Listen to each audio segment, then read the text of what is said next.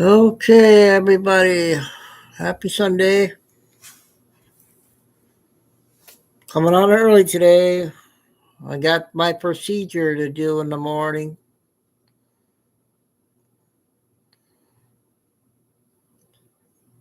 So I can't eat nothing or anything till after it's all over with, till tomorrow afternoon. I gotta drink some kind of liquid stuff.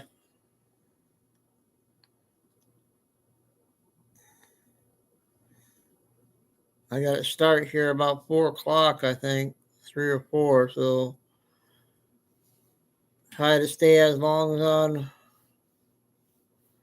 It's the colonoscopy, Lucy. Is that what it's called? I don't know. It's you take it every 3 years, I guess, and on your age or something. Because I'll be 54. No, I'm fine. It's just this liquid stuff's not gonna be good. Yep.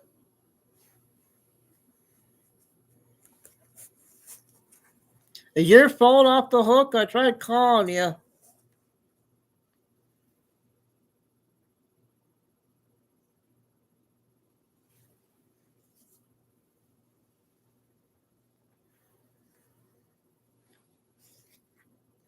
I gotta be there at 7:15 in the morning.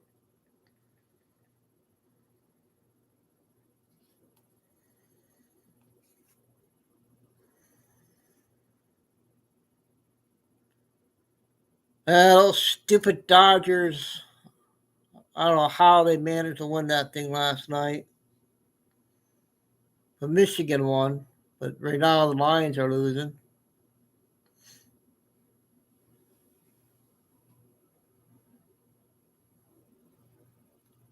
Oh, you gotta. I don't know your cell number or your house.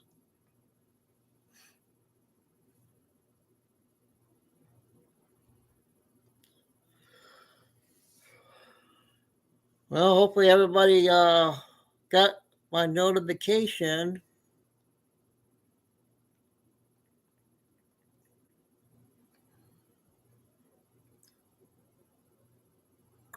So we'll play today's video of Chico. Today was a little bit warmer today.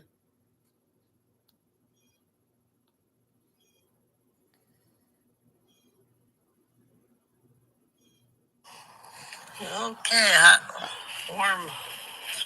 I can't put it on the screen. It's too long of a video.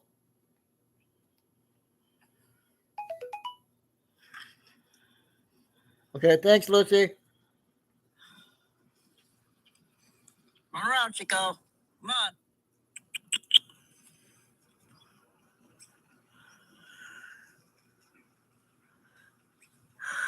Gotta get every spot. Chico. Nobody's there today.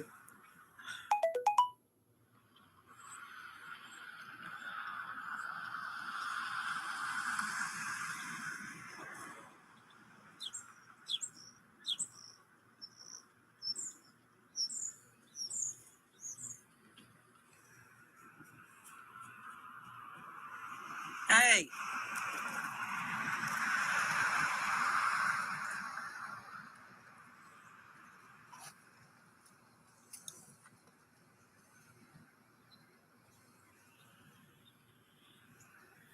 God dang it.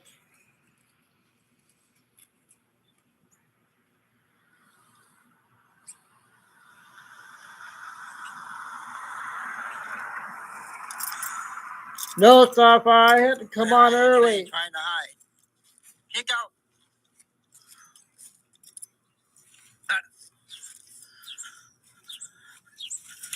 Get you. Oh, there he goes.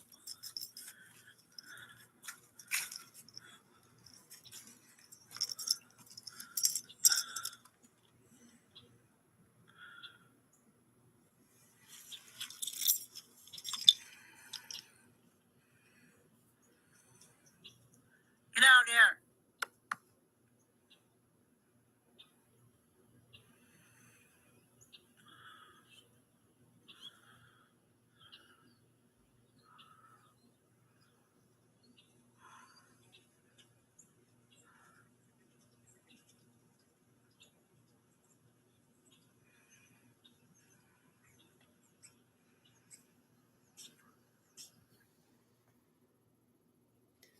So the video was too long. I couldn't put it on the Telegram page. No, so I had I told everybody I was telling Lucy there at the beginning, I gotta get that colonoscopy done um in the morning, and I gotta start drinking some liquid at about 4 o'clock.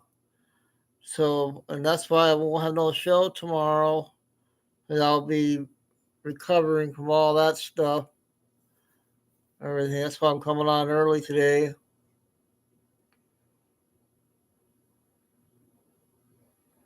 Oh yeah,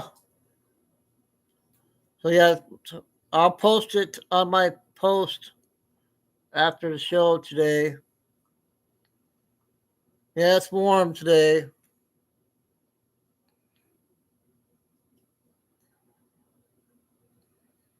So I'm gonna try to play a lot of short clips today.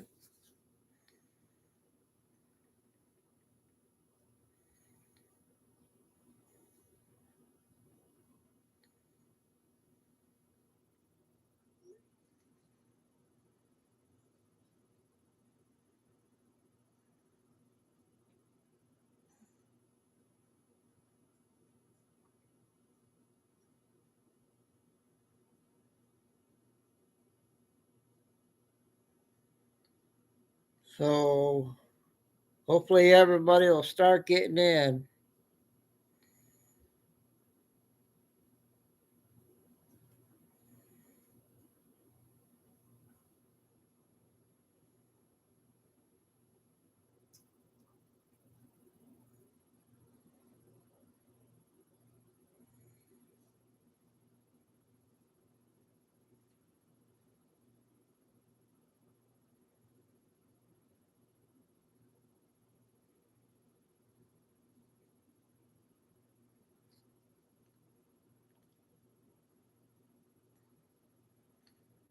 We'll start at the 10-minute mark. I'll start in about 2 minutes.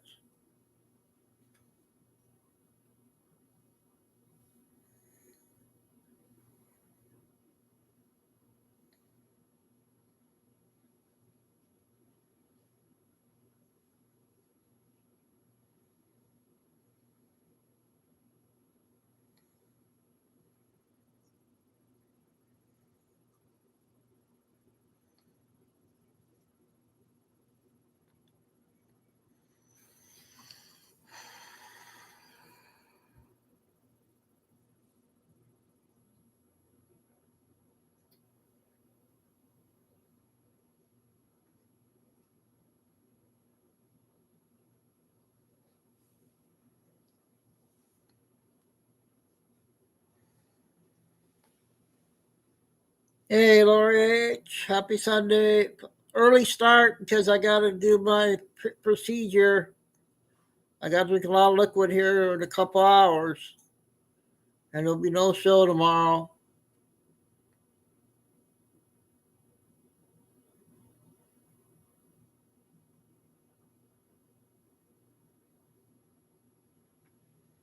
So, by looks at this first intel photo I want to share, there's got to be something going on with this Charlie Kirk thing because it doesn't make sense.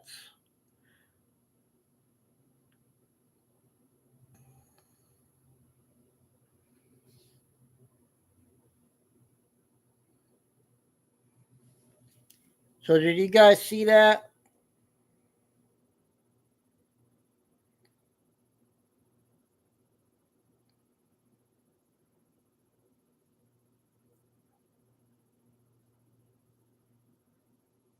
On the bottom, it says standing up the casket is normal.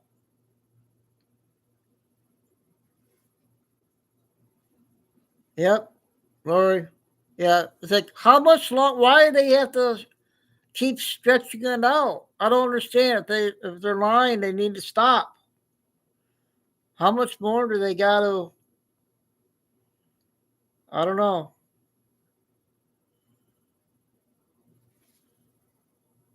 What did you think of that photo? Did you guys see that one?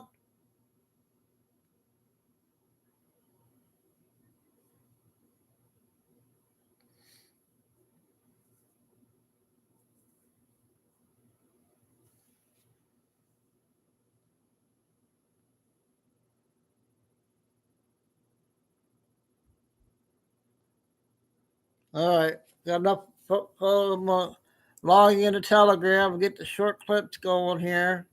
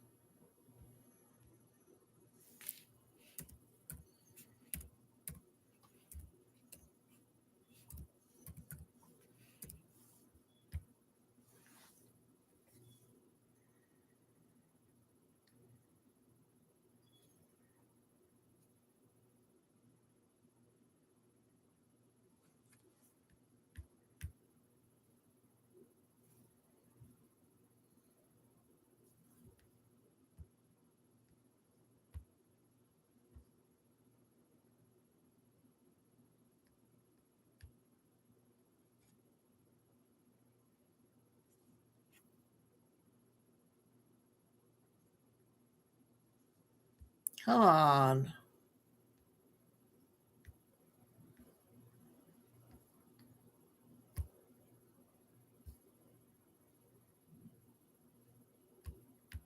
Now I can't.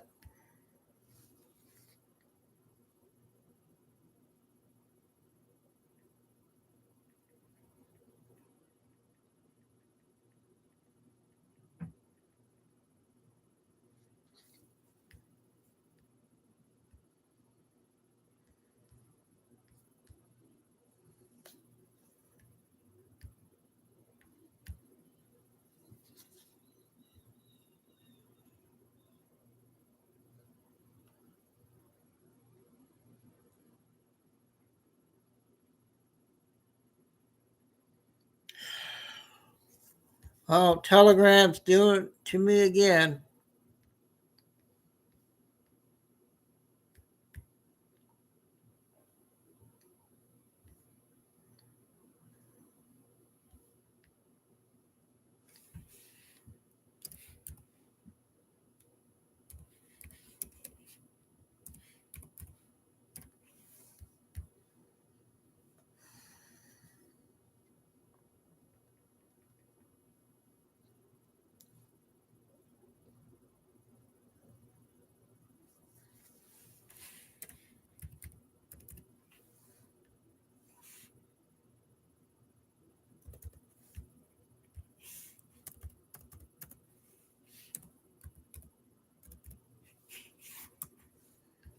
Okay, I got it.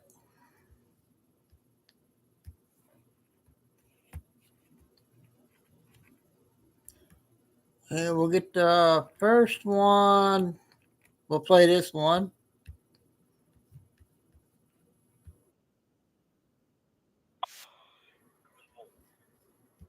Work every day and knowing that I'm probably not going to get a paycheck here in the next 5 days or something, that really hits different. Not in a good way either, but I Sounds good, guess Lori. Kay will I can't probably be get a in. She side doesn't job or know I nothing, so I text guess I'm her. going to try to start monetizing on here a little bit if I can.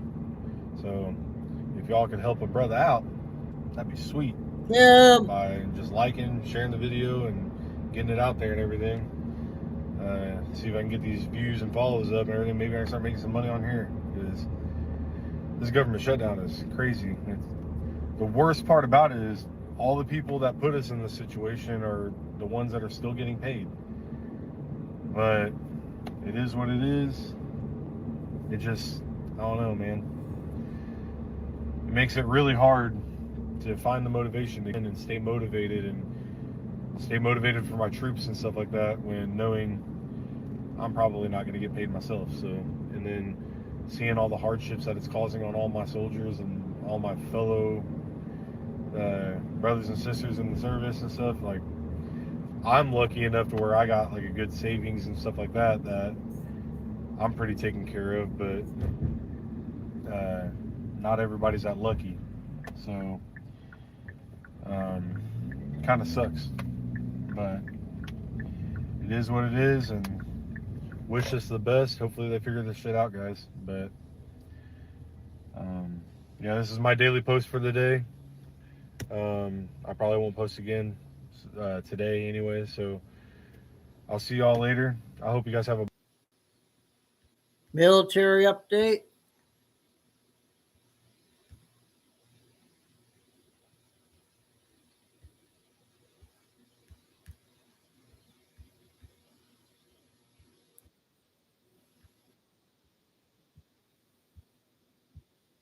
But I do see some similarities of my husband in JD and Vice President JD. Yes, I do. And that's why I'm so blessed to be able to introduce him tonight, because he understands the fight that we're up against, and he can articulate that in a way that transcends. I'm just going to say it, okay, because I know that most people are thinking it. That's weird. That is weird, okay? If you are announcing J.D. Vance, a political figure, the Vice President of the United States, there you are, JJ. And you're the one announcing him, I had just announce JJ, it. I saw you don't need to compare Telegram. him to your late husband. Like, the words, my husband Charlie will never be replaced, but, yeah, sorry, that shouldn't come out of the mouth of a recent widow. Like, I don't care who you are. It's weird. It's just weird. But it's even more weird when you consider all of the other things that have happened around this, okay? Maybe some of you guys don't remember this, but I remember it. Watch this. How long have you been married, and when did you know it was time to get married? We've been married since 2021. We laugh about this because our dates are so messed up because of babies, meaning there's so many dates to remember. Mm-hmm. Anniversaries, like kids' birth May dates. 14th, yeah, August all the 23rd. Things. How did we? So we've been married for. How did you know it was time to get married? 4 years. I mean, how did we know? You just know. It's also don't waste your time. Right? Don't waste your time. And plus, we were ready to start our life together. That's right. Okay, that was an easy one. Look, I get it, okay? The age-old thing of, like, men forgetting their anniversary or whatever, like, I get it, okay? But a woman not remembering when she got married, that, to me, is impossible. The amount of things, the amount of energy, the amount of time, the amount of different things that go into that day for a woman, to me, make it virtually impossible for them to forget that date, okay? I don't know any women who forget their anniversary, or any women who forget the day they got married or the year they got married, okay?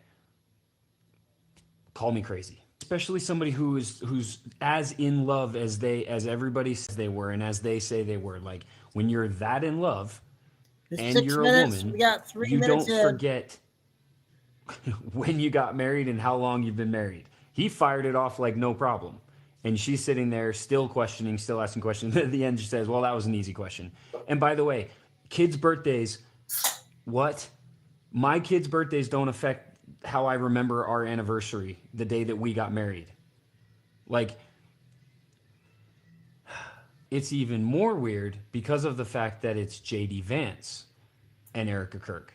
Why do I say that? Well, if you guys remember, recently there was a podcast episode with Frank Turek, Rob McCoy, and Mikey McCoy, and they said something really interesting. Frank Turek specifically said something really interesting during that podcast. Watch this. But you know what? Between you and me and our listeners, I'm not giving up on the Vance Kirk ticket. Well, very exciting in there. But I think Erica would be an amazing president someday. Interesting. A Vance Kirk ticket. Interesting that they would bring that up. Probably nothing. But anyway, so listen. When there's one topic, okay, that it seems like so many people are saying you cannot talk about this. You cannot talk about this because of this, or this. I'm going to talk about it more. And so should you. Okay? Because sure, I'll give it to you. In the very beginning, I know everybody grieves differently, blah, blah, blah, blah, okay?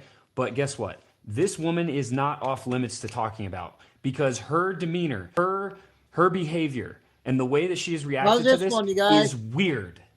It's just weird. And there's lots of questions. And here's the thing too. My insiders at Turning Point have said that from the very beginning, for some reason, Erica Kirk has been like the one person that is completely off limits to everyone. Like no one really interacts with her at all. Now, I get it, right? At the time when Charlie's around, it's probably like, well, he's trying to protect his wife and his kids. Okay, cool. But it's still that way. And yet the times that she shows up are times like this that seem like a very obvious, like photo shoot, you know, staged content. Like it doesn't add up. It's just one of those things that surrounds this whole thing that doesn't make any sense. None of this makes any sense. But her demeanor and her behavior does not make any sense, okay? And I'm going to say it. I don't care who it offends. I don't care if you people out there that are being completely manipulated and think that it's just not okay to talk about this, okay? When are we going to learn that when there is something that you're supposed to not talk about, it's usually when you're supposed to talk about it more, okay? And hey, I hope I'm wrong, and I don't know if I'm right? But I'm gonna say it. And man, this is weird. And the more things continue to move and the more things continue to play out, it doesn't clear anything up for me. It just makes it more weird for me. But hey, I am just a conspiracy theorist, so what do I know? Okay.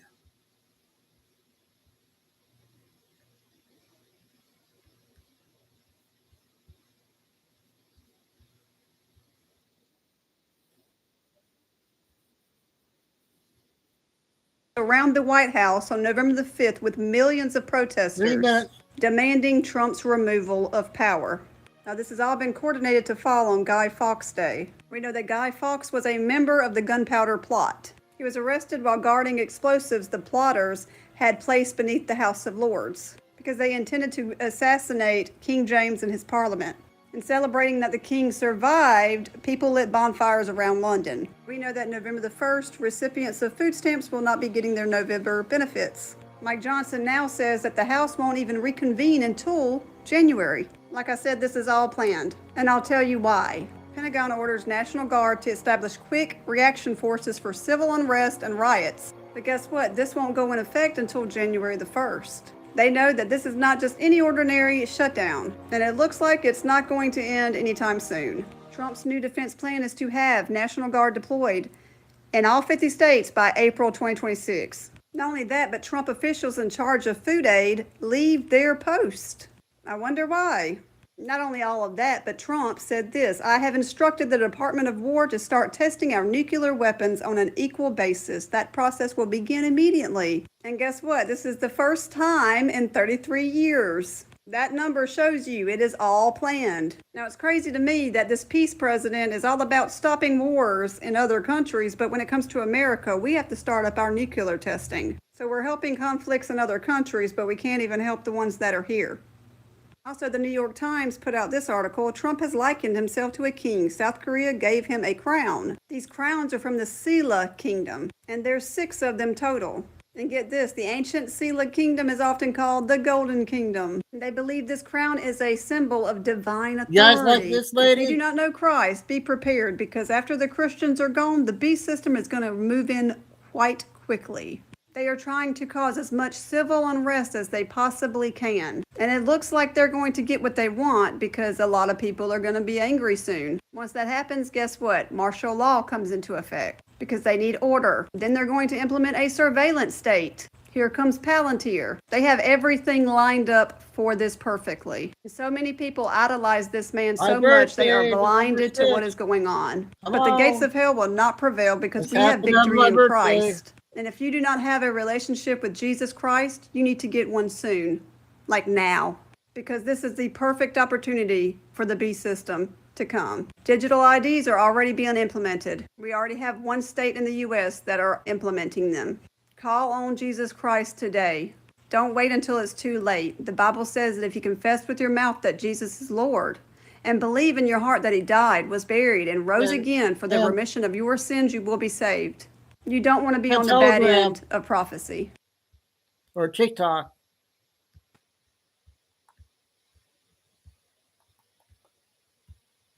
Yeah, we play a lot of short ones, and then I'll get to some other ones. You want to see this? It's not a punishment or some apocalyptic event you need to panic about. Think of it more like a reset button for humanity. A pause, a deep breath before a big leap forward. Imagine everything you know. The news, social media, even the power grid going quiet. Not forever, just for 3 days. That's the basic idea behind the 3 days of darkness. But it's not just about losing electricity or internet for a bit. It's about creating space for truth to finally be heard.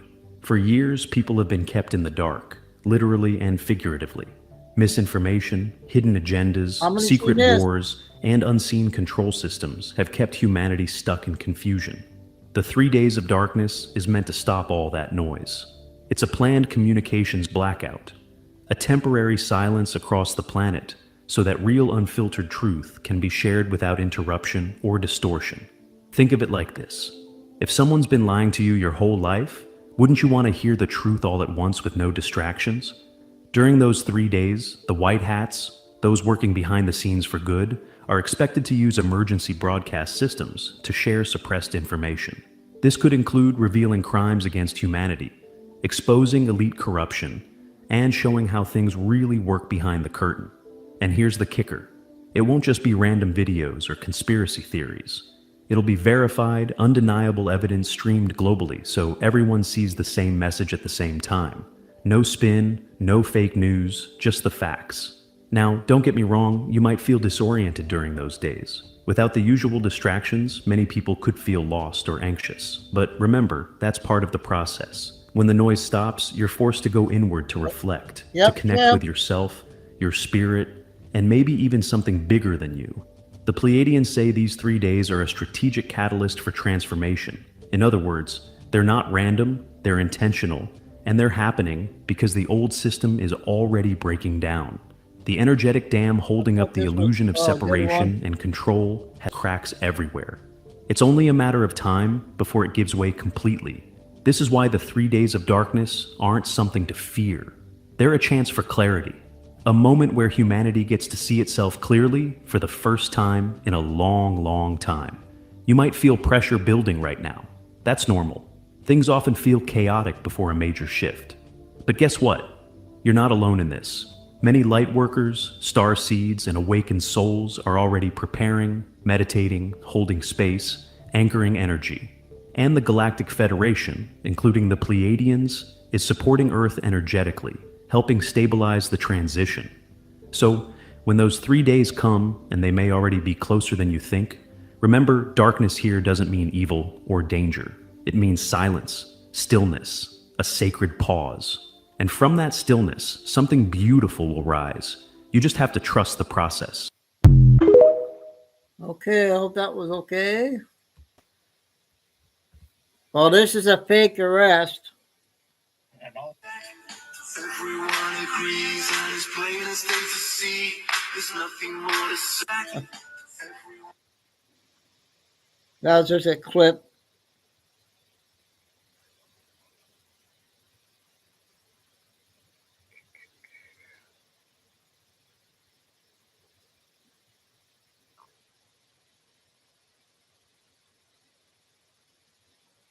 Okay, let's play.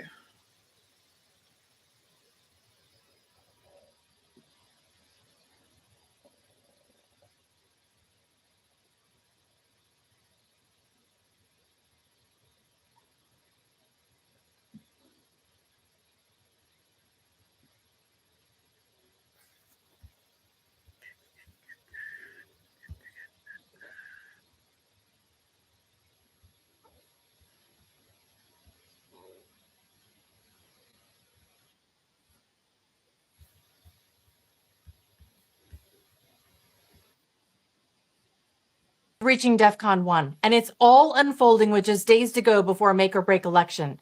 Over in Minneapolis, a mayoral candidate born abroad is taking the stage, not waving Old Glory, but rather flaunting foreign colors while speaking in his native language, all while urging supporters to vote for him on November 4th. How are we allowing this to happen on American soil? Meanwhile, Representative Ilhan Omar recently calling the president of Somalia our president in a public speech, praising her special relationship with him. And we're also learning more disturbing details about Zohran Mamdani's inner circle. These officials, they're not whispering anymore. Their vision is perfectly clear, and it's time voters pay attention before these plans shape the future of our country.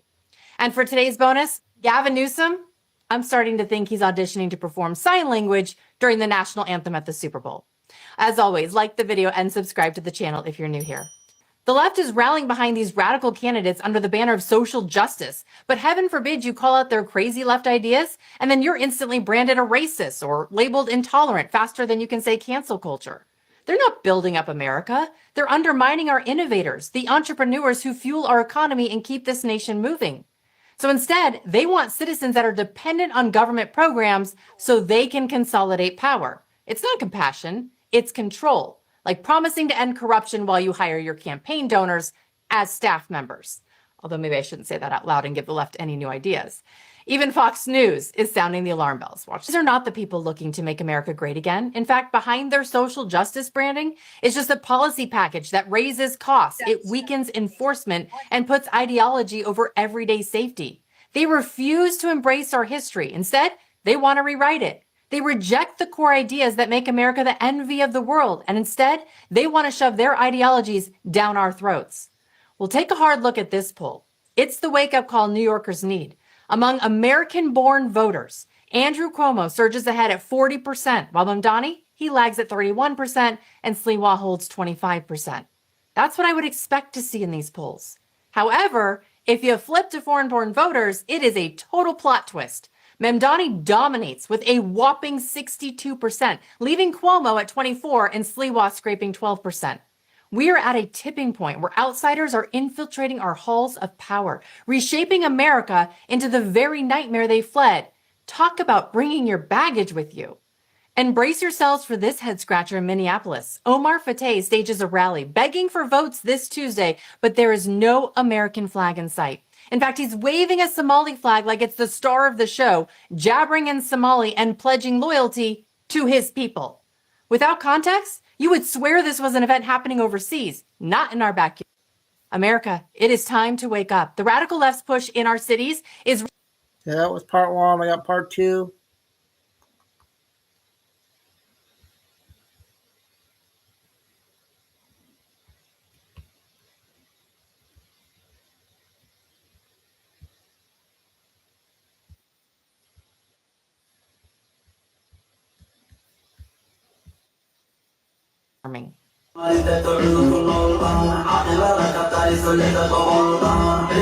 Assalamu alaikum.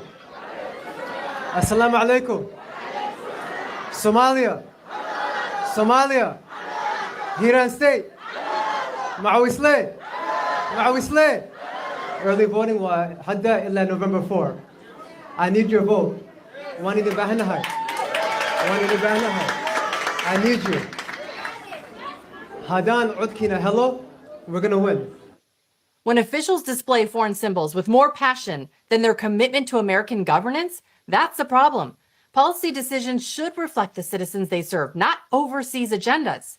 And speaking of Omar, he's under investigation for money laundering and corruption for introducing legislation in the Minnesota state government that would direct taxpayer funds to his wife's organization. A KARE 11 investigation into Minnesota's troubled housing stabilization program, already exposed for widespread fraud, now reveals an unexpected connection to candidate and state senator Omar Fateh. We did discover something raising what a legal expert labels serious ethical concerns. Senator Omar Fateh's wife was a listed owner of a housing stabilization company, even as the senator and current Minneapolis mayoral candidate himself was pushing legislation to fast-track client approvals for the taxpayer-funded program. Senator Fate, Senate File 2741. A bill that will address a critical delay in access to housing stabilization services, also known as HSS. It's March 24th, 2025, and Senator Omar Fate is the sole author of a bill he says will speed up access for people to be approved for HSS.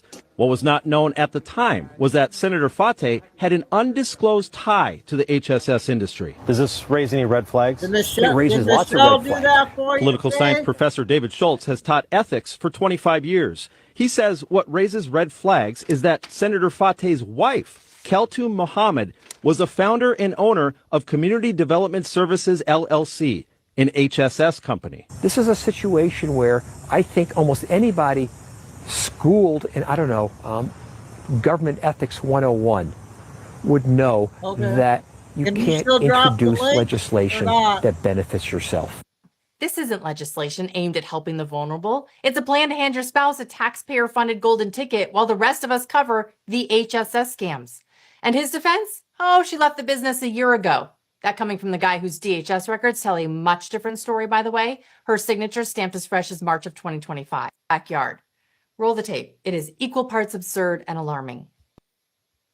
Okay, that was part 2. And then I'm going to get the breaking news we had from JRR.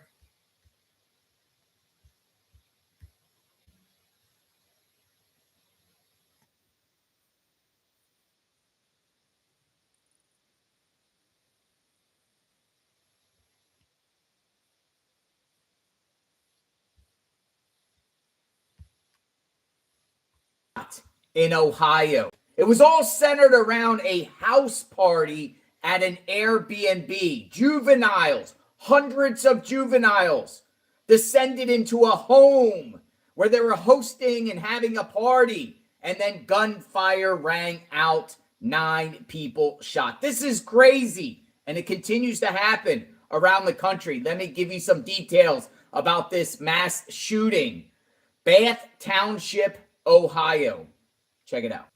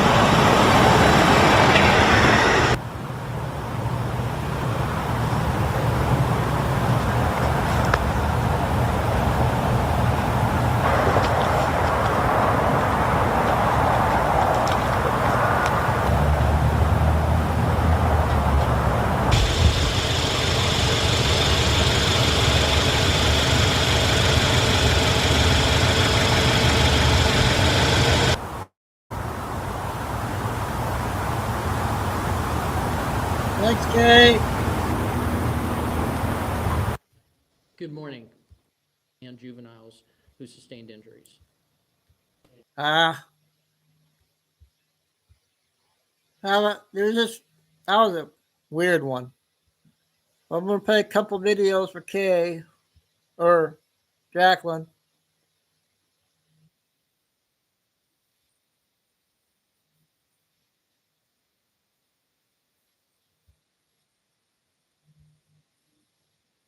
On the behalf of my mates here in Australia, to gladly take back to everyone in England. Number one, I couldn't care less about Fergie. I don't care where she has lived for 30 years. I don't care where she lives for the next 30 years. She was out of this deal. If she's been mooching from good luck, enough. I don't care. The second is that I always think about their kids. I mean, these poor kids having to put up with this bloke all day, every day. A couple of days in, after the sting of the shock has gone, where are people sitting on this massive bit of news? Well, they're very happy, Paul, to see the back of Andrew, who, of course, is no longer Prince Andrew, just plain old Andrew Mountbatten Windsor, a very arrogant man, a man of very poor judgment, who lied on the BBC about the timeline with which he was still in communication with the disgraced paedophile Jeffrey Epstein. So he's a liar. He's a man of poor judgment. He's brought nothing but embarrassment on the royal family for decades. I will say it's disappointing on the part of Charles, Paul, that it's taken the king this long to deal with his errant brother. I think something should have happened when Andrew settled with his sex accuser, Virginia Giuffre, a couple of years ago, 3 years ago, 2022, when he forked out in excess of £12 million to make this problem go away. Of course, he denies the allegations, no problem. But he's an embarrassing figure, and he's going to live in a humble property on the Sandringham estate. And as you say, give me the world's smallest violin for Fergie, who's in her own way just as bad as Andrew. There are some suggestions, Paul, that it was she that introduced Andrew to Jeffrey Epstein. I don't have that on good authority, but it's my understanding from royal experts that I've spoken to that certainly she was instrumental in that relationship with Epstein. And she's got terrible judgment. She's always broke because she lives beyond her means, because she thinks that she's a queen in her own right. And now she's out on her ear. There is only one thing that might prey on the mind of King Charles as we speak, Paul, and that's the threat of a tell-all book on the part of Fergie. Now, she's quite a well-published author already. She's had her original autobiography, which was quite innocuous, and her children's books. But it's quite clear that if she did a warts and all autobiography that exposed every single member of the royal family, she would make millions.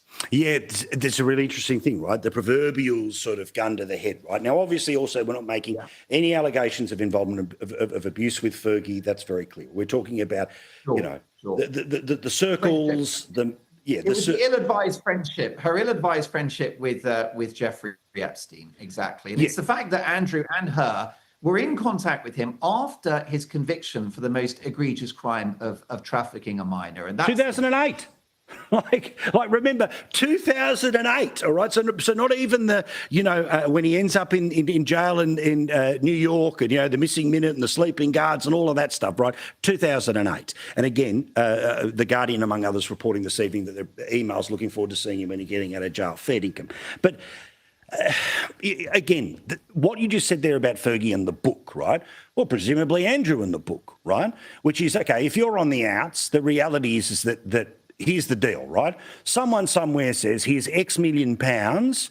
Who cares if it's true or not? Go nuts, right? Write it, go nuts. Now, okay, the book may be unpublishable.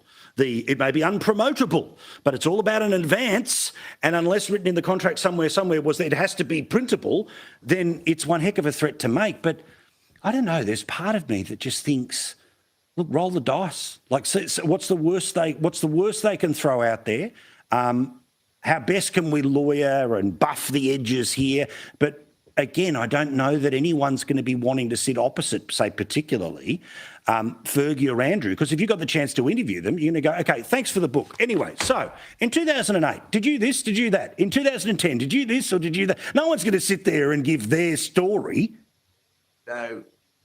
Well, that's right. And to be fair to Andrew, although he's a man of terrible judgment and, lots of cases to answer regarding Virginia Giuffre, he's never proactively sought to damage the royal family. And that's why I think a book from Andrew is less likely to happen. And I also think that Charles has said, I'm going to accommodate you at my expense in Sandringham. Yeah. And you can basically see out your days playing golf and riding horses. And I think that's the deal they've struck. Fergie, on the other hand, watch this space. Oh, look at you. Look at you. You're ready for the next chapter. That's a man who knows what he's doing. Follow him on YouTube, Mark Dolan Show. You can also check it out on Talk TV in the UK. We love you, brother. We'll see you again next week. Ever struggled to get a credit card when you have poor... Okay, I got one more.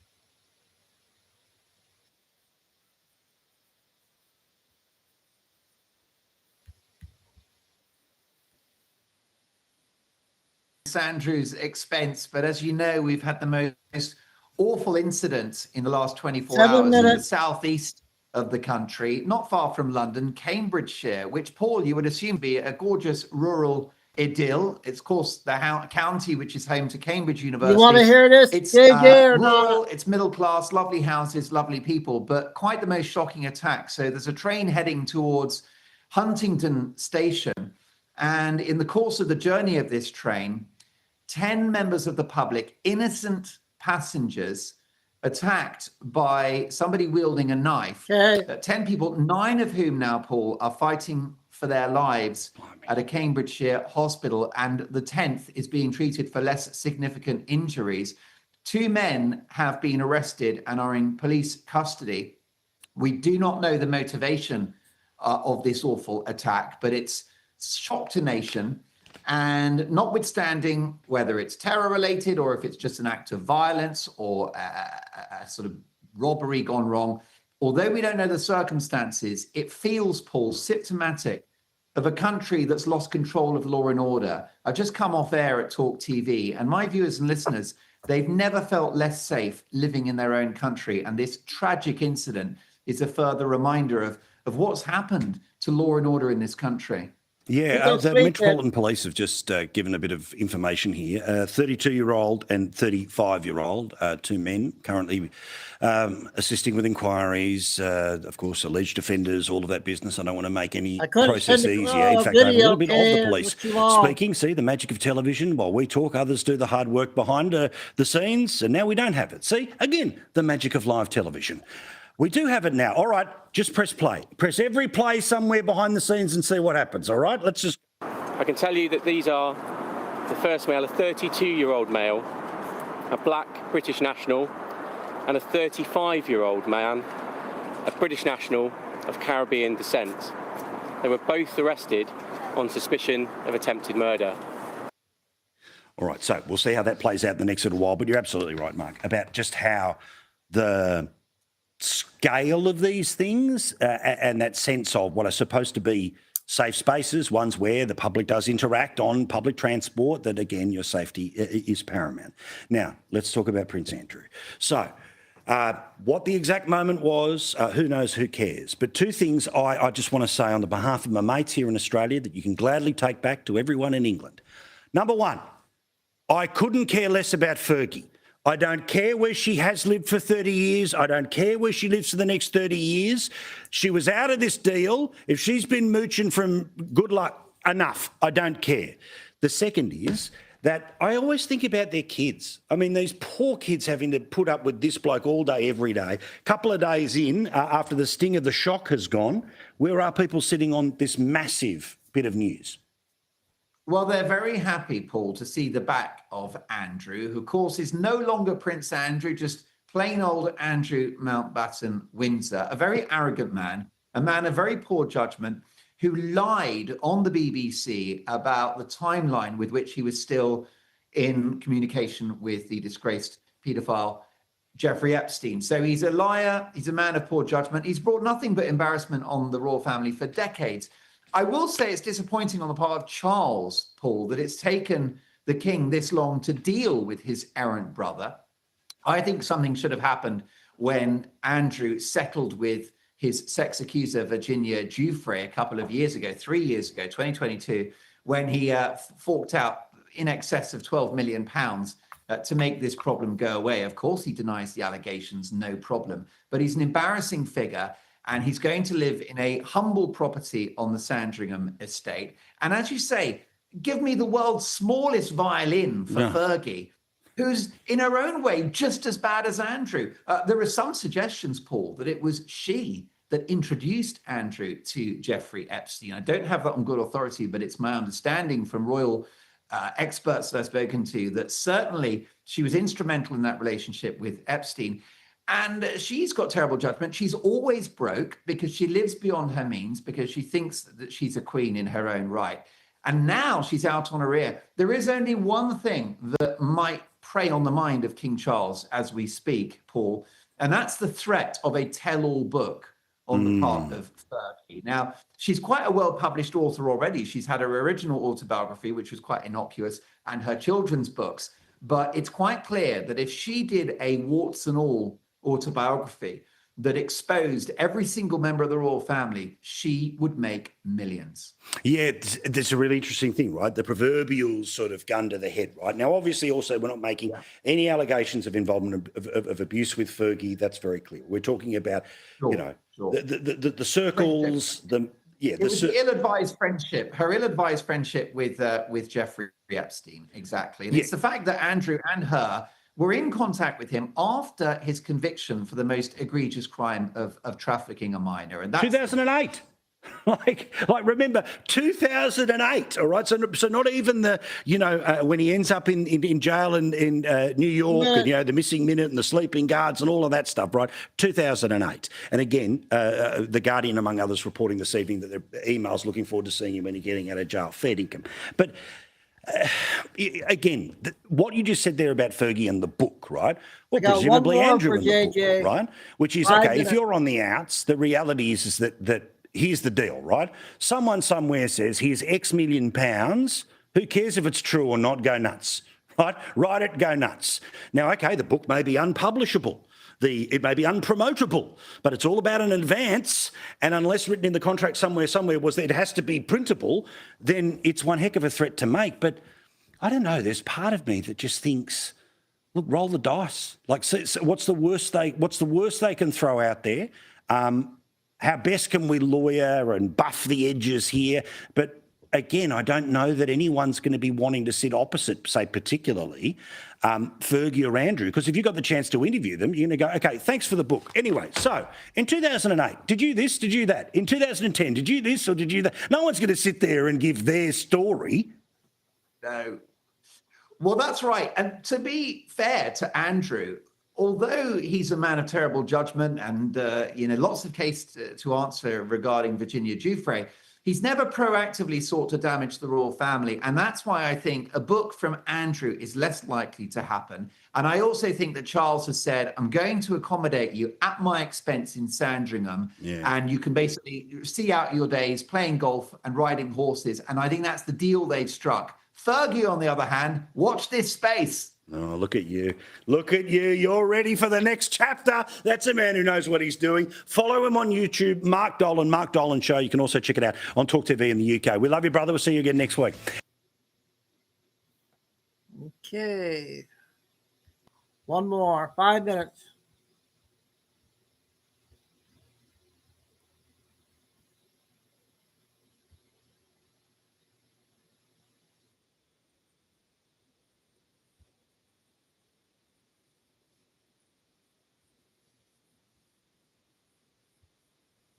It's okay to listen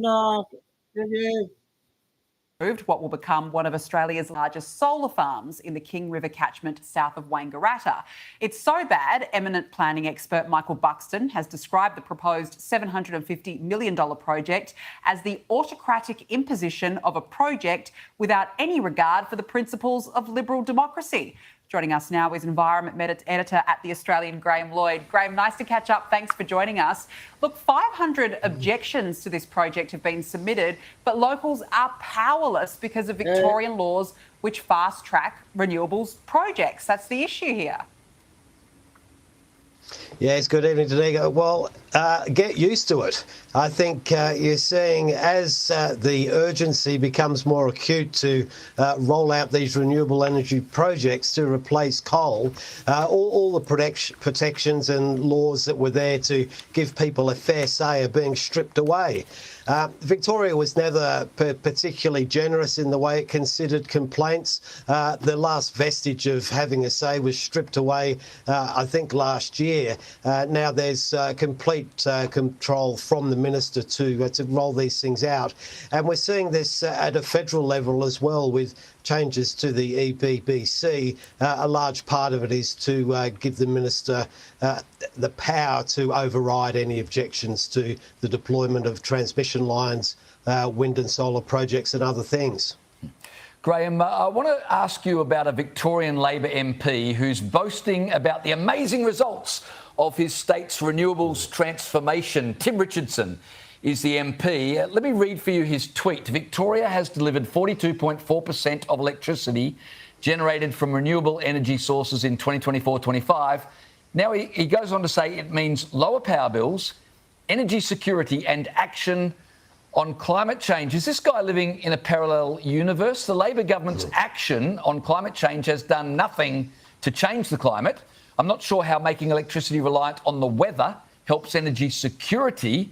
And I'm pretty sure most Victorians aren't experiencing lower power bills. What planet is he on? Well, he uses a sleight of hand to make two untruths. The sleight of hand is that there may be a total contribution for renewables to the power production, but the issue is, when does that power arrive? There were large parts of Victoria in 2024 when there was a wind drought and the windmills were producing hardly anything for an extended period of time, and that is resulting in power bills staying high. And certainly we might be taking action on climate change, but we're not having any impact on climate change. They're two quite different things. Yeah, I wonder if Chris Bowen knows that. I doubt that he does on the crusade that he's on. Now, look, the incoming president of the Nationals Farmers Federation is warning that food production is being threatened by a lack of domestic supply of fertiliser, fuel and farm chemicals, as well as energy infrastructure and carbon schemes that are, of course, just eating up farmland. Hamish McIntyre has told The Australian a number of major issues need urgent addressing if the nation is to meet and build on a target of $100 billion in agricultural production. Graham, I mean, it is the farmers, as we know, who are suffering the most from this renewables rollout, but this is a pretty dire warning now. Yes, it certainly is. And I think it's fair to say that the Farmers Federation for a long period of time wanted to play nice on the renewable energy and tackling climate change. And they quickly found that they were in the frame for methane emissions from cattle, and then there would be no end to the demands to reduce emissions from agricultural pursuit. What this warning is, it really lifts the urgency up considerably, because it says the inputs into farming in terms of fertilisers and other chemical inputs rely on the fossil fuel industry. They are carbon intensive, and we're seeing the price of those increase and the availability of those become more scarce. This is a threat to production, and when you put that on top of the quarantining of arable land for renewable projects and the social dislocation from transmission lines and other things, farmers have woken up and said, well, hang on a second, this is not what we signed up for. We packed Banquet Mega Bowls full of cheddar mac. I got 3 good ones for you today. So I got a 3-parter with the lady at TikTok that goes around on events that always gets thrown out. It's a 3-parter with Marjorie Taylor Greene.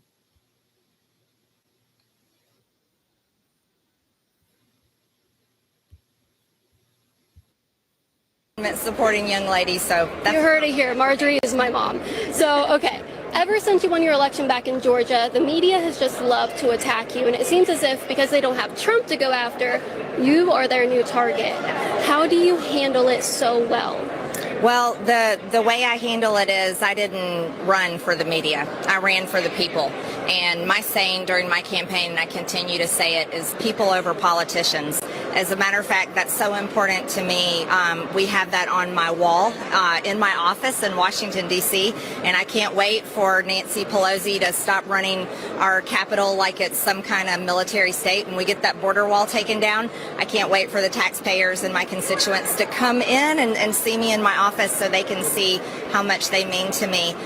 But the media, we know exactly who they are. We saw it with President Trump over the past 4 years. Most of the mainstream media is Democrats. They support Democrats. They want these progressive policies in place, and they use their powerful platform to push these policies. And so when someone who's conservative like me, and I truly love America, and my policies are America first, just like President Trump, and I support him completely, and I can't wait for him to speak tomorrow, they want to tear me down and smear me and create a narrative that they can sell to the public.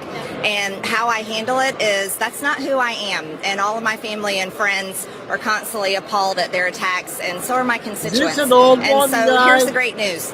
You don't worry about bullies. You don't let them bully you, and you don't worry about their lies, and you keep one foot in front of the other. That might be an old one.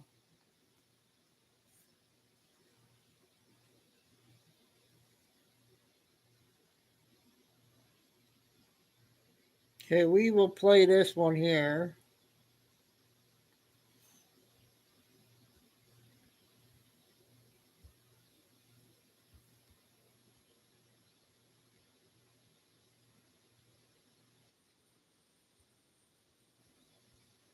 She got a lot of views on this one.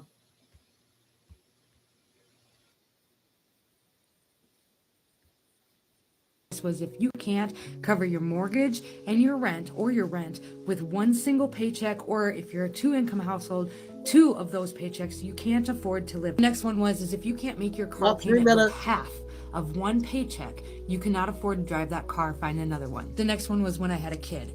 Ingredients and cooking from home is always going to be cheaper than eating out or getting delivery. Being an ingredient household is cheaper than being a pre-made, ready-to-eat household. And yes, even now.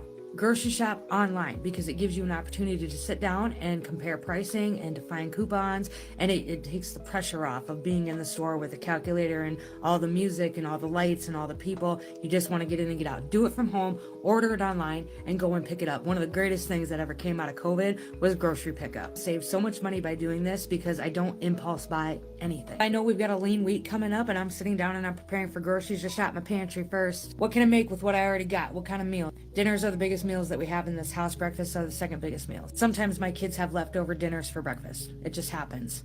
I don't know. It's fine. Eating out or getting delivery should be for special occasions only. Occasions. Occasionally. If you're trying to be financially responsible, it should not be an every night thing in your home. Hell, it should not be in every couple days a week in your home. Utilize your grocery store's Feel Saver if they use them. We use Hy-Vee. Hy-Vee gives us Feel Saver. I shop Feel Saver ads for. A lot of times I will meal plan around those ads because if I can get everything I need for dinner and get a free tank of gas, fucking A. Johnson. I shop for my necessities first, and then if there's a list of things that say like I want, like my kids wanted some orange juice this week, I shop what I need first, and if there's money left over in that budget, then yes, you can get some orange juice, or we can get kind of whatever they wanted to get. We plan and save and sleep on big ticket items. When we had to get kind of our new kitchen set up, we needed a new dishwasher and a new stove and a new microwave because they were just old and they were falling apart and it was terrible. But the ones that I wanted, I put it in a cart, and there it sat for like 4 months before I finally pulled the trigger and bought them. Street saving money and grocery shopping or shopping for items like a game. How much can you get and how little can you spend? Meal plan everything.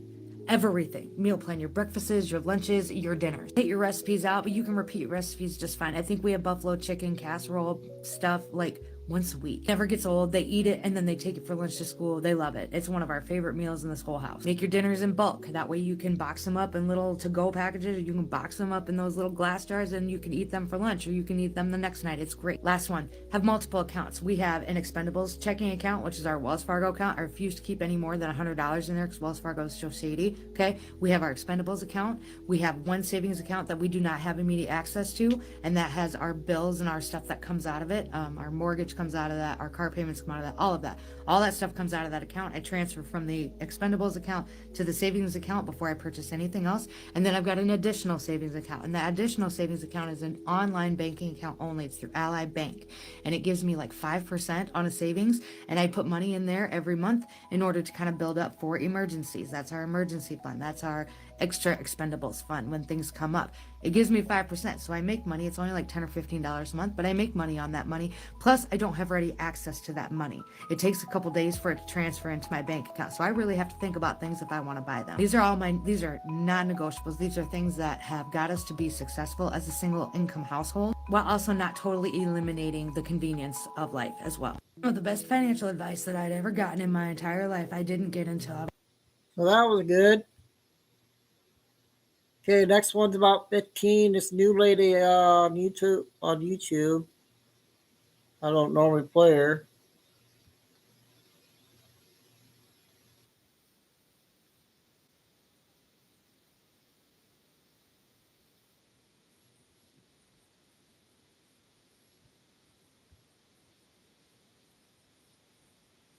that we know of. According to new data, U.S. banks are sitting on roughly $250 quadrillion worth of derivative exposure. Derivatives being the financial weapons of mass destruction that almost brought down the entire global economy in 2008. But if you thought that following the great financial crisis, these derivatives were under control or gone, think again.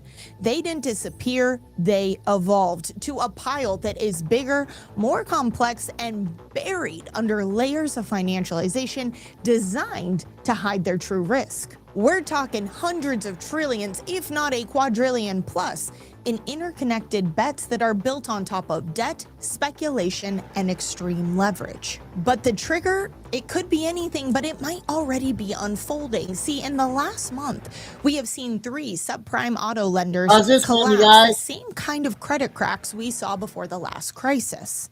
But this could be the early warning, a quiet indication of something much bigger, a collapse of the system that will impact not only these institutions, but your deposits, your savings, your retirement, even life as we know it. In case you missed it this week, another subprime auto lender, PrimaLend, has gone under following the recent collapse of Tricolor and First Brands Auto Parts. But this isn't just about a few subprime lenders, it's about the entire structure of our financial system. Let me explain. Now, it's no secret that the American people are struggling, financing everything from groceries to basic necessities on credit. But as prices have risen across the economy, one item in particular, the car, has been hit especially hard. 77% of Americans rely on car transportation to get to work, making it an essential item for many. And yet car payments have risen to an average of $750 a month. With over 100 million Americans having a car payment every month, the third largest credit area behind mortgages and student loans, this is becoming increasingly unattainable and difficult to keep up with for many. But guess what? Auto lenders continued to give loans to anyone and everyone, even people who clearly cannot afford to make these payments. No surprise there, but they did not stop there. No, they took it a step further. They took all of these subprime loans that they knew were risky, and they bundled them all together, slice and dice them, and made them appear like they were safer on paper. U.S. banks, shadow lenders, and private equity would come in and scoop up these packages, slice and dice them again, repackage them as something else, and suddenly you have layers and layers and layers of risk, all disguised as stability, meaning that all of these were stamped with a AAA rating, the highest level you can get, making everything look very safe, all the while being filled with subprime borrowers who are defaulting at the fastest pace on record since 2009, meaning that the risk is never about just the one loan or a collection of loans that are being defaulted on. It's not even about the company that's issuing these loans. It's about the layers and layers and layers of financialization and betting that's been built on top of one subprime asset. We are talking an exponential amount of risk held by U.S. banks. But if any of this is sounding even a little bit familiar, it should, because this is exactly how 2008 started. Risky loans, bundled up and packaged as something different, pawned off as a safe asset until eventually it's unrecognizable. And at that point, no one even knows what's inside of it, but they don't care. If it's rated AAA and they're making a profit, what do they care what's really in it if it's subprime or not? Until the borrowers that the asset's value is derived from, derivatives value is derived from, all those layers down below, when they start to default on those loans, that is the chain reaction that is set off. When we talk about derivatives being, as Warren Buffett calls them, financial weapons of mass destruction, that is what he's referring to. You have a couple of loans go bust, and it's not just the loans, it's not just the company, it's all of the financialization that has been built on top. That's when everything comes crashing down. But just like every crisis, by the time it happens and the public realizes what's going on, it will be too late. Now, the warning signs are everywhere. It's not a matter of if this is happening, it's when. But the more important question to be asking is what happens next. Most people, when they think of 2008, think about taxpayer money being used to fund Wall Street, too big to fail, bank bailouts. But this time around, a quiet foundation has been laid for a much different outcome. It's called a bank bail-in, a legal scenario where banks can use your deposits to cover their losses. During the Great Financial Crisis, there was a public outcry for banking reforms, which is how we got the 2010 Dodd-Frank Act, which was supposedly designed to make the system safer and to reduce the likelihood of a future bailout.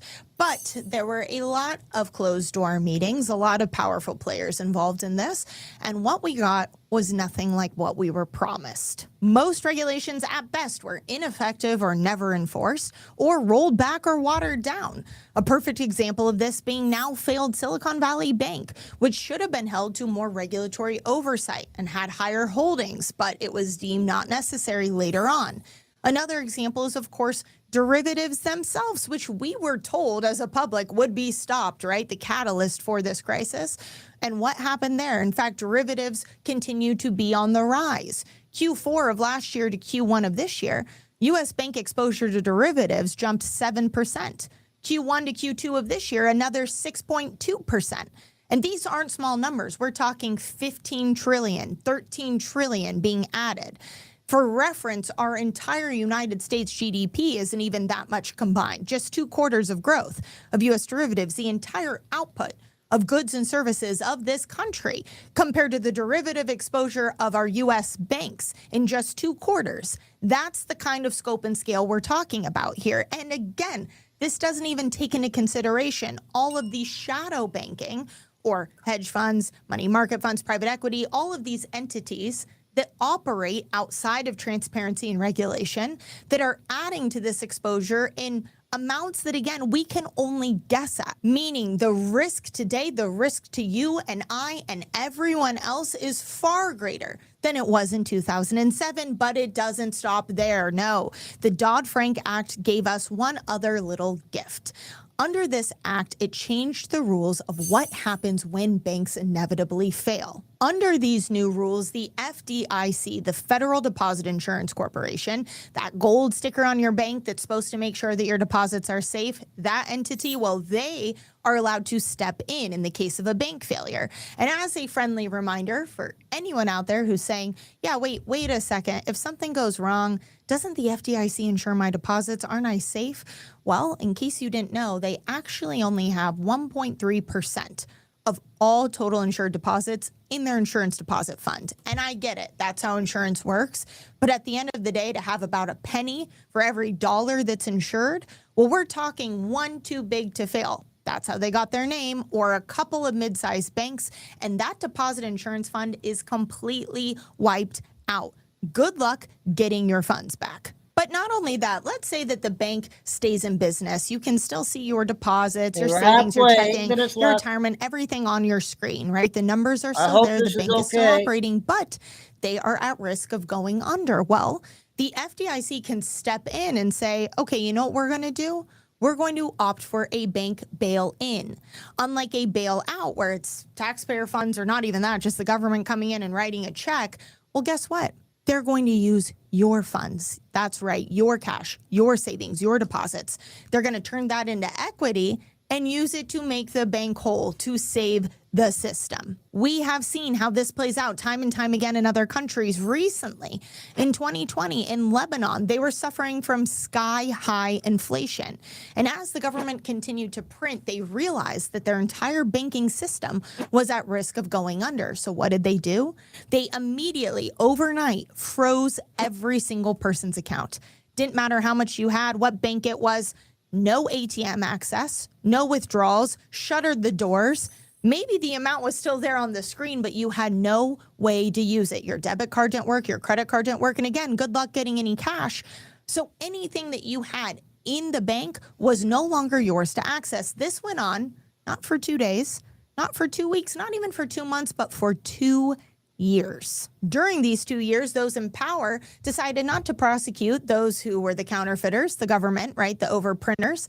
They didn't prosecute those who had made risky, poor decisions from the bank or had spent all their money on bets. No, instead they went after the depositors, taking half They seized half of all deposits to cover the hole to make sure that the system stayed intact. The same thing happened in Cyprus in 2013. Two of Cyprus's major banks went under, Laiki Bank and the Bank of Cyprus.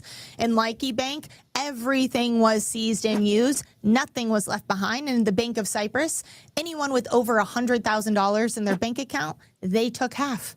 They took half. Imagine if tomorrow morning you woke up and you had half of your deposits, half of your savings, half of your retirement wiped out. Would you be able to survive? As with all bail-ins, the responsible parties, the savers, get punished, while those in positions of power, those who are doing the counterfeiting, those who are taking the risky bets, they are the ones who come out the other side unscathed. But if you think, oh, this will only happen somewhere else, it can't happen here in the U.S., think again. Not only is it law under the Dodd-Frank Act, but it also is something that the FDIC themselves, the very people who are supposed to be making sure that our deposits are protected and safe, right, that are supposed to inspire confidence in our banking system, those at the FDIC who are in charge have sat around and laughed at the American people for not understanding what a bailout is and for having trust and faith in the banking system itself. I mean, it's a little bit conflicted, right? I mean, it's important that people understand they can be bailed in, but you don't want a huge run on the institution. But they have, I mean, they're going to be. People need to know, but I don't think you have much hope of reaching a public that doesn't have a professional need to know. I completely agree with that. I almost think you'd scare the public if you put this out. Like, why are they telling me this? Should I be concerned about my bank? Like, my insurance company doesn't tell me what they're doing with my assets if they just assume they're going to pay my claim, right? I think you've got to think of the unintended consequences of taking a public that has more full faith and confidence in the banking system than maybe people in this room do. As risk continues to mount from these derivatives and the underlying assets, as more defaults continue to rise, as the American people continue to get crushed under the weight of our debt and the devaluation of our dollar, this is very much a possibility. You are at risk for footing the bill of these banks and our government's poor decisions. And I don't know about you, but to be honest, this whole thing really makes me mad because it is completely unfair. And while I personally don't have an answer for how we can stop this from happening, I do know that the first thing we can do is continue to educate people because not enough people are aware that this is even something that can happen. So if this video is helpful for you or you have someone in your life who would benefit from learning this, please share this video because there is strength in numbers. One positive thing I will say is that I do believe a bail-in typically, from what we've seen in other countries, goes hand in hand with hyperinflation. Now, that's not positive. Of course, hyperinflation is terrible. When prices are rapidly rising, we're talking doubling overnight. But right now, there is still time to get out and protect your wealth before we enter that next phase, right? We know inflation is only going to continue to escalate as the government continues to devalue our currency, which will lead us into hyperinflation. But right now, there is this unique moment in time where you still can protect your wealth outside of the dollar and outside of the system. And while that might look different for everyone, for me personally, it is with physical gold and silver. I hope this the is, real deal. okay. I am talking again about tangible gold and silver, not something that is a digit on a like it was screen, an not something important that, video. again, they can freeze or seize overnight without my control before I can get to it. That's the thing. A lot of people out there, I think there's this false sense of security that you'll be able to tell, you'll know when things are going south, you can get to it. This is your insurance policy against that, okay? Because maybe you can, but history shows us most people don't, right? By the time you realize what's going on, it's reached that crisis point. And let me promise you something else too. Those in power, those who are running these institutions, they're going to know before you. And guess what? They're going to be fast. And when they shut off access, again, you're going to make sure that you're going to want to have this. Because if you have gold, you will not only survive, but you will thrive through this reset that's coming. This is your insurance policy. And if you don't already have physical gold and silver, if you're not waking up to everything that's going on, now is the time to do it. It's not too late, but I would highly, highly encourage that you get your physical gold and silver. Now, here at ITM Trading, we are a full service physical gold and silver dealer. That is what we specialize in. And specifically, we help people with education and understanding and building a strategy for what is coming next. Because there's a lot of different reasons that people buy gold and silver, but when we're talking about physical, you want to make sure you have a plan in place that makes sense for you. So if you have any questions or you want to get more gold and silver, you want to create that strategy, or you've been thinking about it for a while. Yep. I didn't know. I hope that was important for you guys.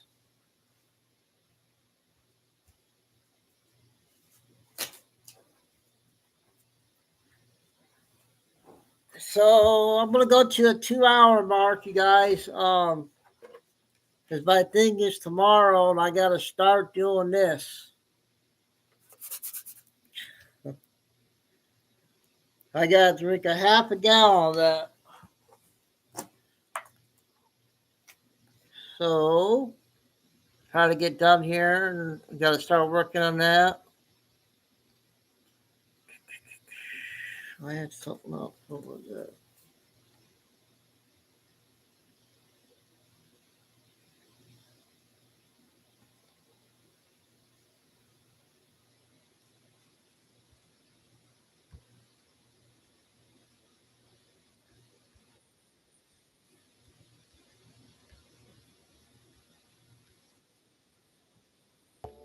Your body will release what your heart was too tired to process.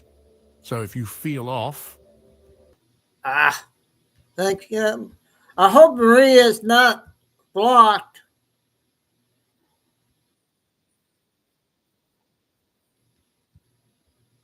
We haven't seen Maria in a few days since last week. What your heart was too tired to process.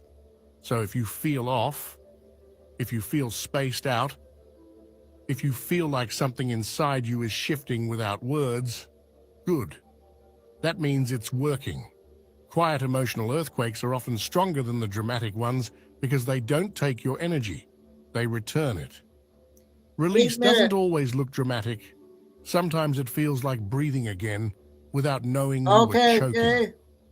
Let yourself be moved. Let the internal tide rise and fall. Almost ready. This isn't chaos, it's cleansing. And once this moon completes its pull, you won't feel drained. You'll feel lighter in ways you can't yet explain. Because what's leaving isn't emotion, it's weight.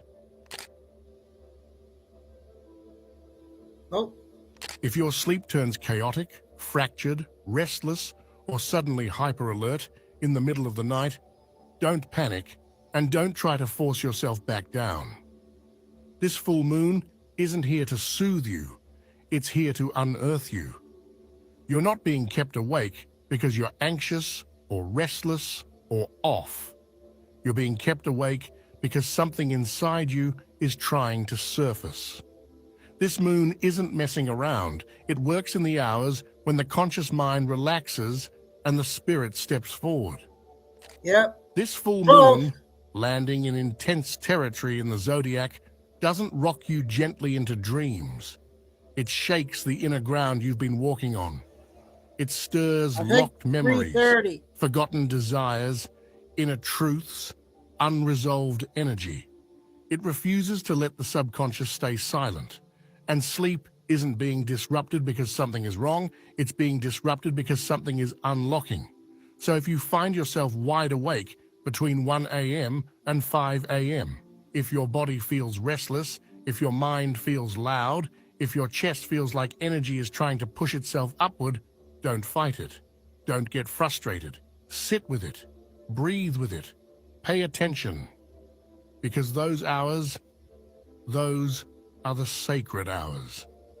The veil thins, the identity softens, and the spirit steps into the front of your awareness. Sorry about that one, you guys. That was a bad one. Well, we're gonna get two. We'll get 2 bidding videos in.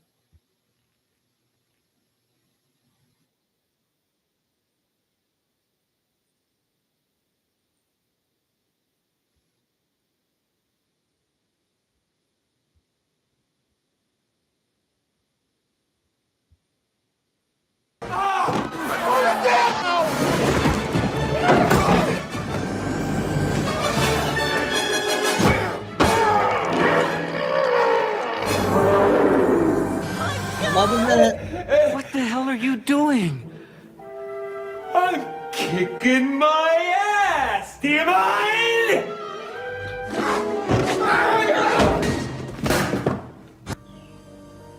There's a lot I could say. I don't know if it matters now. You always did everything the way you wanted it. What's up, guys? Spenny. There's risk and reward for every decision that you make. You always have to measure them against each other. Like, let's take the 2016 election.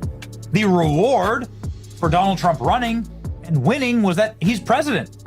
The risk, however, is that Hillary Clinton is not president, and that instead she's going to subject the entire country to her hoaxes, eternal lawfare against President Trump, and her nonsensical screechings and ramblings These people like will this. stop at nothing. And yes, the Russians helped them last time. The at Russians Bill. are helping them now. Look at And this. you cover the White House. You know that the White House has Look at her said, go. don't brief the Congress. Look at Don't her go. even tell them Look at in poor Bill. classified settings Will Bill what Clinton- the Russians are doing. Will Bill Clinton ever Did we get play this punished? one? Will he ever get put in prison? Isn't he already in prison? Isn't this already probably the worst punishment enough? Look at this guy. Look what he has to live with. I think we Could did. you imagine? Could you imagine anything worse than this? This is literal hell on earth. And Hillary Clinton, well, thank God none of us have to live with her. Unless Bill is a secret subscriber to the channel, in which case, I got a man, better bro, one. you know, don't say. I got a better one. We already played that one, I think.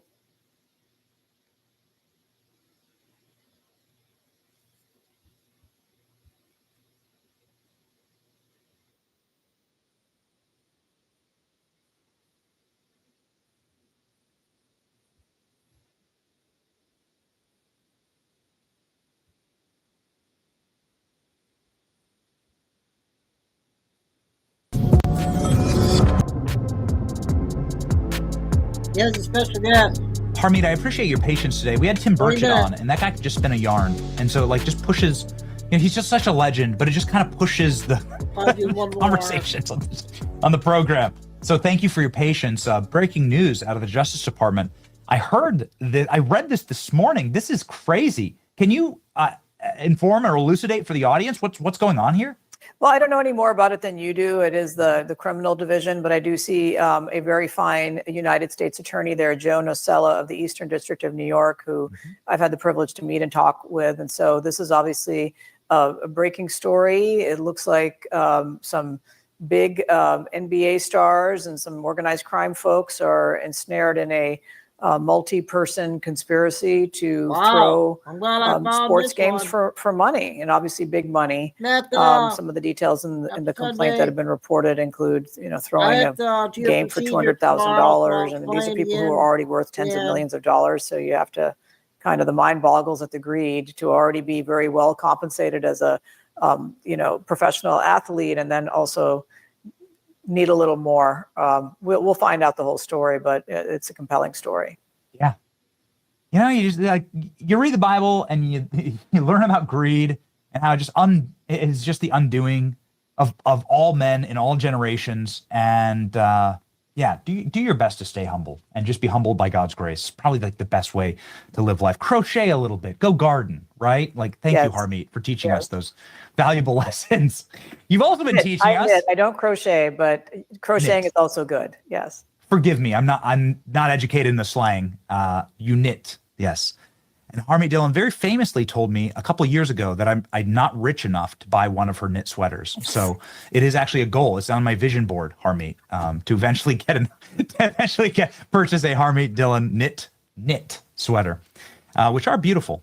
Something that you've done at the Supreme Court is also very beautiful, and I'm so happy to finally get you on to talk about it.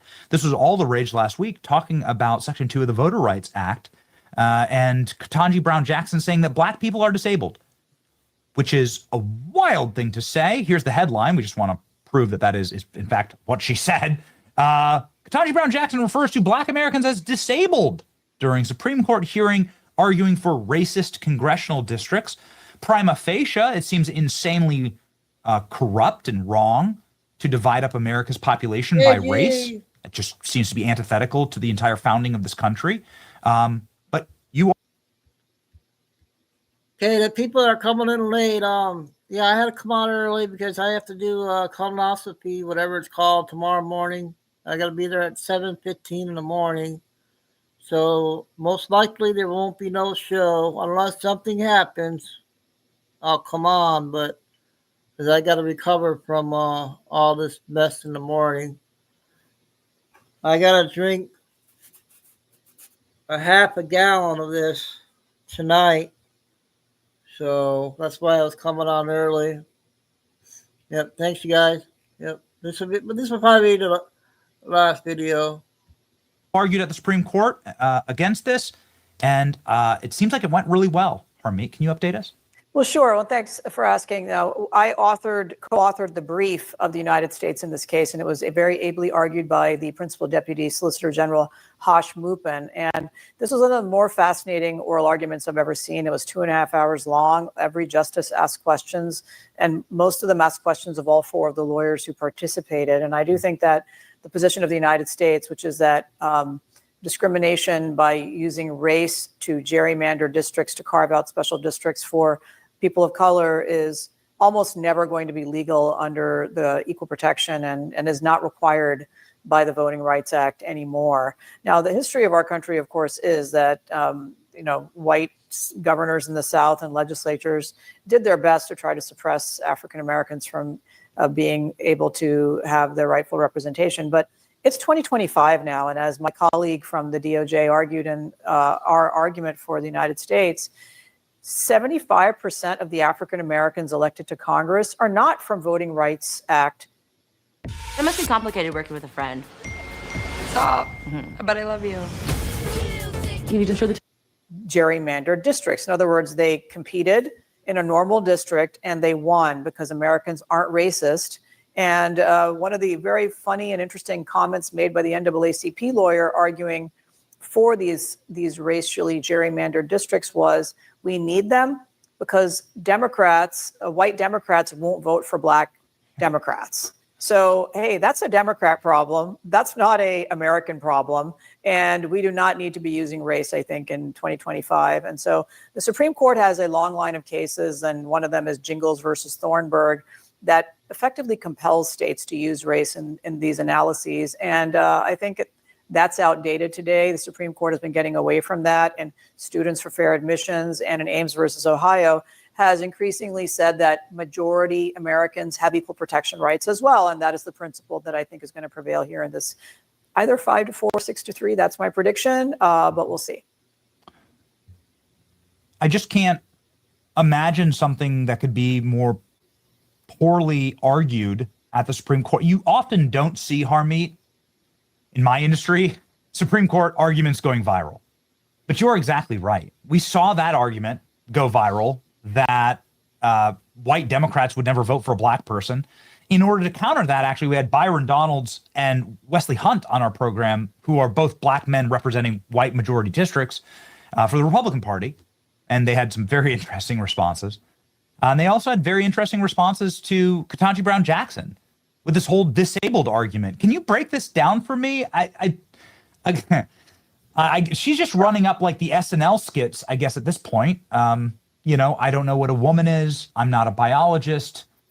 Black people are disabled. What was this argument, Harmeet? So the argument that she was making is not that black people were disabled, but she was analogizing the remedy of the Voting Rights Act being race-based redistricting to a permanent remedy under the Americans with Disabilities Act, which is, okay, if you have disabled Americans, you fix that by accommodating them. But we don't have permanent racism in America. I would argue we don't have it anymore at all within the meaning of the Voting Rights Act sufficient to require this. Now, perhaps there might be some incident in the future, but today I don't think it's necessary. And the examples of the guests that you brought on are very instructive. Nobody is forced in America to draw their districts to help Republicans elect African-American or Latino candidates or Asian candidates. It is a one-way ratchet to protect the Democrat Party, and it is just unnecessary and outdated and frankly offensive. What happened in this case was the NAACP wasn't happy with one racially gerrymandered district in Louisiana. It sued to get a second one, and then white voters who were impacted by being effectively disenfranchised because that was going to be a Democrat district and they would have voted differently. They sued to say, hey, hold on, we have rights too in America. And then there are a number of other interesting things that came up, and it isn't just about race. It's about drawing districts that force urban and suburban and rural voters into the same district just to help a particular race get a vote.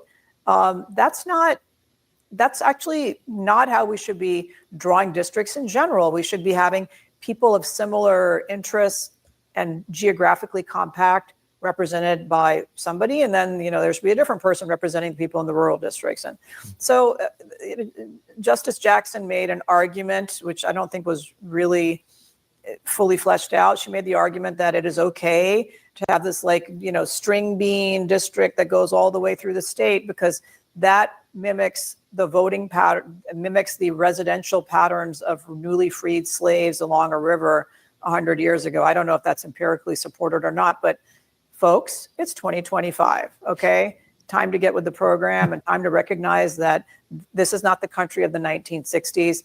The Supreme Court has recognized that repeatedly. Shelby County versus Alabama and other decisions have eliminated some of those vestiges of mandatory pre-clearance by the Department of Justice in districting.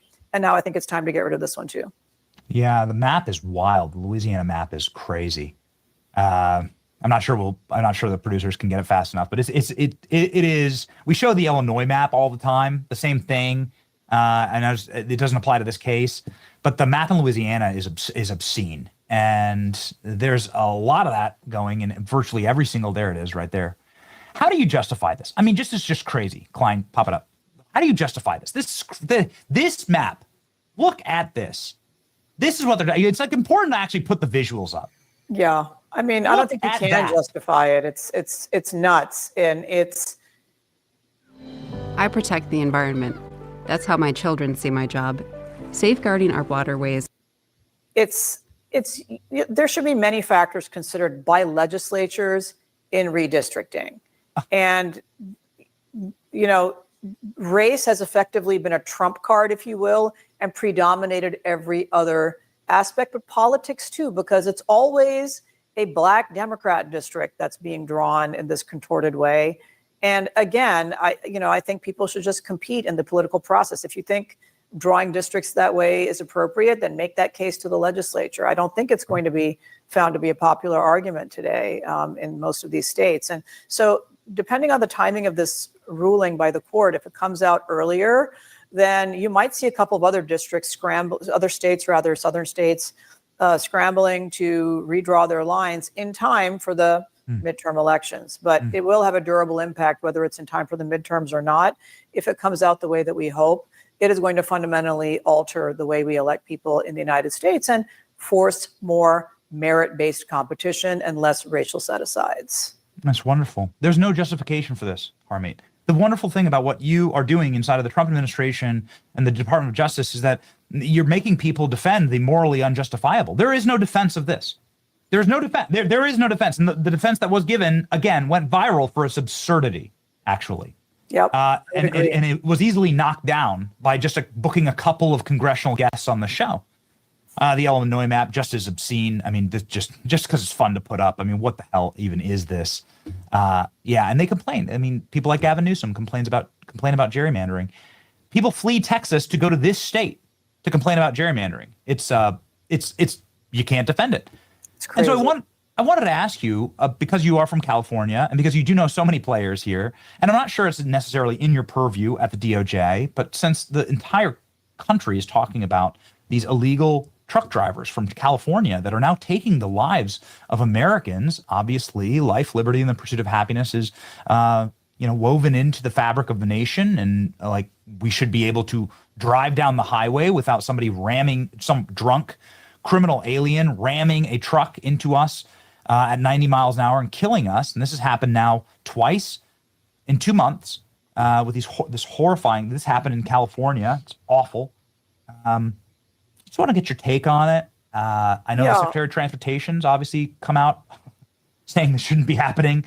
Well, of course it shouldn't be happening. I mean, look, California has a long history of subverting the rights of the ordinary taxpayer to the illegal alien. And this has gone from, first I remember vividly sitting in San Francisco and then hearing the mayor of Oakland when she was given a heads up about an ICE raid, taking to the airwaves to warn illegal aliens to go flee and hide until the ICE raids were over. My goodness, who do you think these illegal aliens who are raping and robbing and murdering, who are they preying on? They're preying on other minority communities. And so you're even screwing over the minority communities of your own state and giving the finger to the federal government and to all the law-abiding citizens. Now, I didn't know until this recent spate of these incidents on the road that they had been giving driver's licenses out in California and other states with like no name given, commercial driver's licenses. Gosh, it's hard to get a carry permit in California if you're a law-abiding citizen, but they're handing out driver's licenses for, lethal weapons, if you will, gigantic 18-wheelers, like candy, and handing them out to people who can't read and write English, don't have an incentive to follow the law, are living in the shadows of the law, and are breaking the law. And I have my own car totaled several years ago in San Francisco. I'll never forget it, by an illegal alien.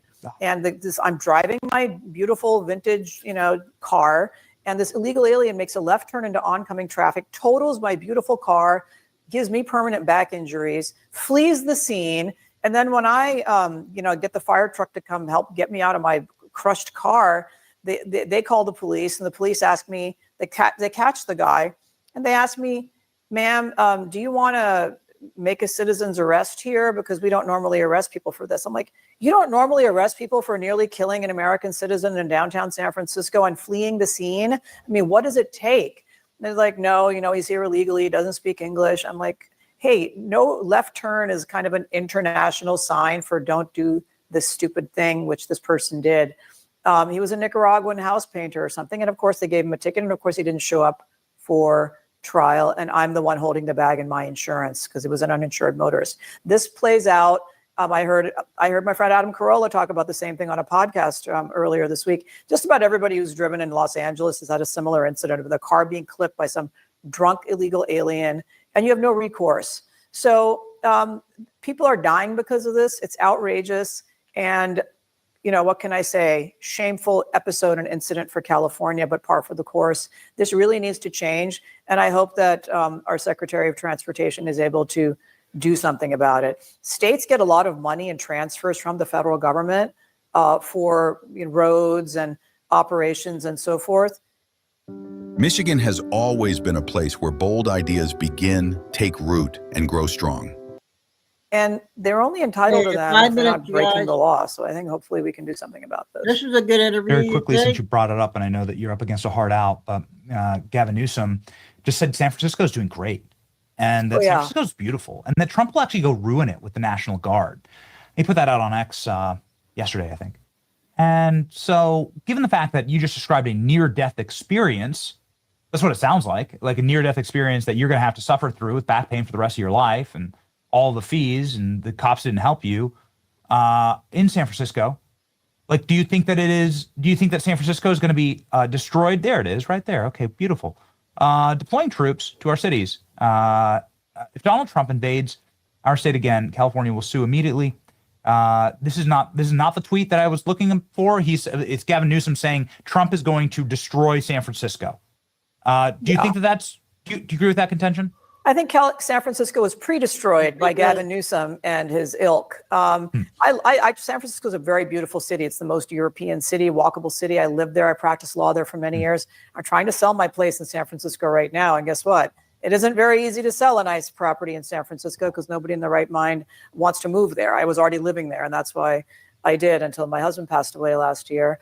And so the situation there is terrible on the streets. You cannot walk south of Market, which is just bordering the financial district, drug addicts, people dying and having fentanyl overdoses right there on the streets, homeless people living everywhere, crazy people attacking elderly Asians with, weapons in the streets. It's totally insane.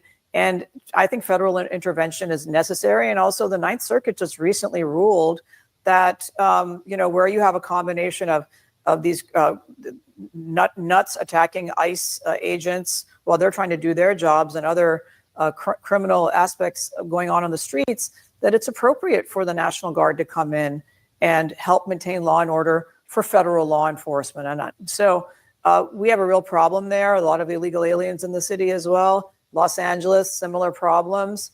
California needs to take a hard look in the mirror. I just posted a picture online of a whale jumping in off of the coast of Sonoma, where I have my other home. And it is a state worth living in. It is beautiful. The natural beauty is amazing. You have Tahoe. You have like the breadbasket of America and the Central Valley, and a lot of conservative values and great salt of the earth Americans there. And they're being held hostage by these crazy left-wing rulers, the governor, all these people clustered on the coast who are representing California in Congress, and who are running the state into the ground, and who are justifying and laughing at people whose houses were burned down in the Pacific Palisades for no good reason. And, nothing ever changes over there. So I don't know what it's going to take to change it. But if anybody can, it's President Trump. And I'm really glad to see him standing up to the nuttery happening in California. I'm not sure if you have a confidence monitor here, Harmeet, but we are showing that beautiful whale, that video of a beautiful whale jumping outside of your home right now. And it is beautiful. What kind of whale is this? Do you know what kind of a whale it is? It's probably a humpback. I haven't done an analysis, but the long fins suggest a juvenile humpback. It's gorgeous. What a dream. Amazing. It's worth preserving. It's worth saving California. That's why we're working so hard to put voter ID on the ballot there in California. That's why we're joining with that cause. And again, here's the tweet that we were looking for. Fact check. Nobody wants you here, Trump. You will ruin one of America's greatest cities, says Gavin Newsom from whatever bunker he tweets from in Napa. Gavin, you ruined it. Gavin had this goofy Care Not Cash program when he was the mayor. I lived in San Francisco back then 20 years ago. And what does it look like on the streets of San Francisco? Everyone has seen. And it is a beautiful city, and it is just criminal what California's leaders have done to it. And maybe we can bring it back. Maybe we can bring it back for more than just when Xi Jinping visits. That's right. Yes. Thank you, Harmeet. Godspeed. We just love following you. We love the work that you're doing. I'm sorry we couldn't get to 4 or 5 other accomplishments that you've had in the administration, but the rap sheet goes on and on. Harmeet Dillon is doing just the Lord's work. Okay. All right, guys. Well, till Tuesday, I might do an afternoon one on Tuesday. So yeah, most likely I'll take tomorrow off unless something develops in the afternoon. And I'll get through this mess.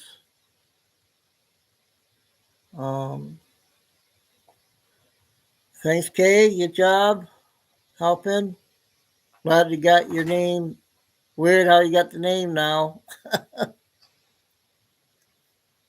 All right, so stay safe, stay strong, keep the faith. Never give up. And Chico's been sleeping. He just woke up. You just woke up. You know what time I get off. So, everybody, take it easy, and we'll see you in a couple days. How about you guys? Signing off, Chico Dude.